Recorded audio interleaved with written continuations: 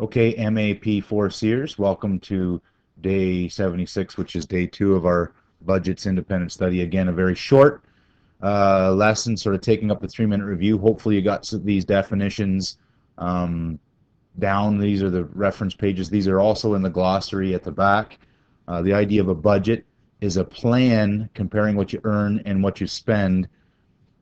When we're talking about personal budgets, usually it's per month, but businesses and even some families also do a budget on a yearly basis as well.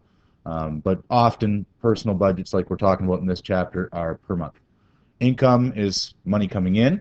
Net income is what we use for budgets, and that's after deductions. Just how much money we bring home is the net pay, and that's or net income, and that's after deductions. This is the one that goes on the budget, not the gross income. We don't have access for our budget for the gross income because there's a whole bunch of deductions.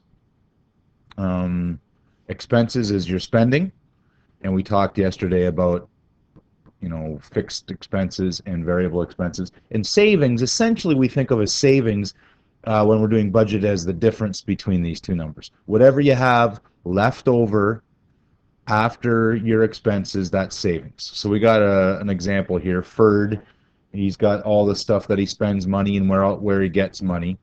About his life. Ferd's got quite the life. Xbox and comic books and Burger World and that sort of thing. He lives in his parents' basement. Yeah, that sounds like Ferd. Part A, put a single loop around any fixed expenses, double loop around any variable expenses, and a box around income. All right, so let's go through these. Actually, let's read B, and we'll do both at the same time, and I'm just going to do them right here. Actually, no, that's okay. I'm doing both in the same color. Xbox Live membership, $60 a year. That sounds like it's just a fixed amount, isn't it? Notice that's a fixed amount, single loop around that, fixed amount, but notice that the month that he pays it whenever he pays it on, he pays $60, but the idea is on a budget you save for it every week. And how we do this is $60 a year. So how much would we be saving per month for his Xbox membership? Well, you divide the yearly amount by 12 and you get $5. So he's saving $5 a month for his Xbox membership. Comic books are $10 a week. Well, if we want to have a monthly amount, well, how do we do this? Well, do you multiply by 4? You multiply by 5. Some months have 4 weeks and some months have 5 weeks. How does that work? Well, what we do is we go to a yearly amount, take the $10 a week, 52 weeks in a year, get a yearly amount. So he spends $520 a year on comic books, and then divide that by 12 to get the monthly amount, right? And that's about $43 a month for comic books. Same thing as the income. Usually you get paid per week. Oh, hang on. Comic books per week, would that be a fixed or variable? Well, maybe he gets the same ones every week, but probably not. I'm going to call that a variable expense, even though that doesn't really matter for this question. I'm going to put a double loop around that. That's a variable expense. This is Ferd's part-time job at Burger World. That's income. And I can see how much is that going to cost, or how much does he earn. Well, it's $200 a week, 52 weeks. And we're assuming this is net income. This is what Ferd brings home. Just over $10,000, good for Ferd. Part-time job, living in his parents' basement. And then I take that amount, divide by 12, and I get the monthly amount. So on a monthly amount, he earns just under $1,000, 867. Allowance from MEMA. Ferd gets $50 a month from MEMA. But notice that's per month. That's income. And we don't have to change that. We don't have to do anything with that. Cell phone package, $85 a month. That sounds, because it says package, that sounds like it's probably a fixed deal. It's not. It doesn't go up and down. I know our cell phone costs go up and down quite a bit depending on how much we use them at the old Restall residence. But this sounds like it might be a fixed amount. The word package makes me think that. And it's already a monthly amount, so we don't have to do any calculation. Bus pass, That's a fixed amount, $55 a month for FERD to get around Stratford. And this is like his spending, his variable spending amount, right? His movies and tacos and whatever else he's spending. He spends $50 a month or $50 a week on just blowing that money. So how much is that a month? $50 a week, $2,600 a year just on blowing it money, disposable money, disposable income. And then that monthly amount is about $220. So the question is, how much would FERD have left over for monthly savings? And this is kind of the idea today.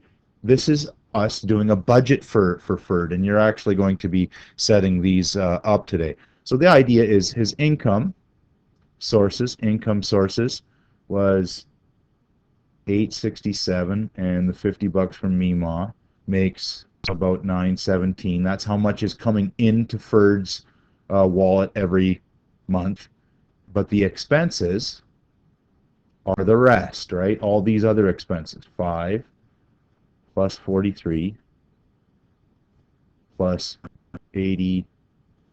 What was that? Plus $85 for cell phone. Plus 55. Plus 220 of that disposable income. Let me make sure that I just have them all there. 1, 2, 3, 4, 5 expenditures. 1, 2, 3, 4, 5 expenditures. Add that up, and you get about $408. And so for savings, just a rough budget. If I take his income, subtract how much money he's spending, I'm surprised Ma and Pa FERD aren't charging FERD rent. He's saving $509 a month. Maybe it's time for FERD to get out and get a life. All right, that's a 3-minute review. Essentially, this is the whole idea today. There's lots of steps. Designing monthly budgets is how they look and where to write stuff, and you read the stuff in the pages in the textbook, and you'll get through that fine. Remember, you write whoever's did that work, and not everyone has to do everything. This is the one I wanted to mention. 8.5 is a spreadsheet, and I've got a separate video for that. So whoever's doing the spreadsheet work for your group will watch this little video, and it's only going to be a 2 or 3 minute video just to make sure that you can navigate through this stuff and remind you of how to pull a file off the server and save it and do all that stuff. Okay, and then the rest, pretty straightforward. Notice, and then you're done. Instructions for handing everything in, all the pieces, basically all the individual parts. Every single person has to do their 3-minute reviews, but then all the bits and pieces, you need one copy. Each student has their own tracking sheet that I've signed off. So when I see day 1 stuff with everything filled out, I'll sign off your tracking sheet. You hand that in.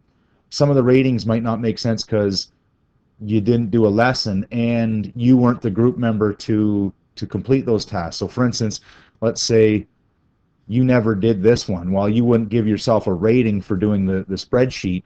Instead, in 8.5, you just write in NA for not applicable. Okay? Then you collect up a good copy, put everything together, and this gets handed in, and then I'm going to mark it according to that rubric.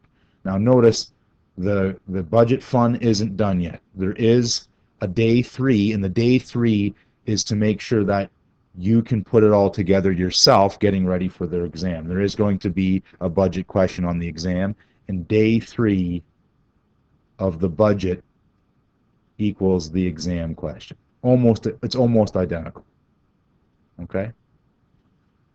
So at the end of day 2, you should be done the group part, and then it's time to get the review done and get ready for review, pink sheets, and then get ready for the exam. Okay, that's it for this video. Whoever's doing 8.5 has got another video, but otherwise that's it for this one.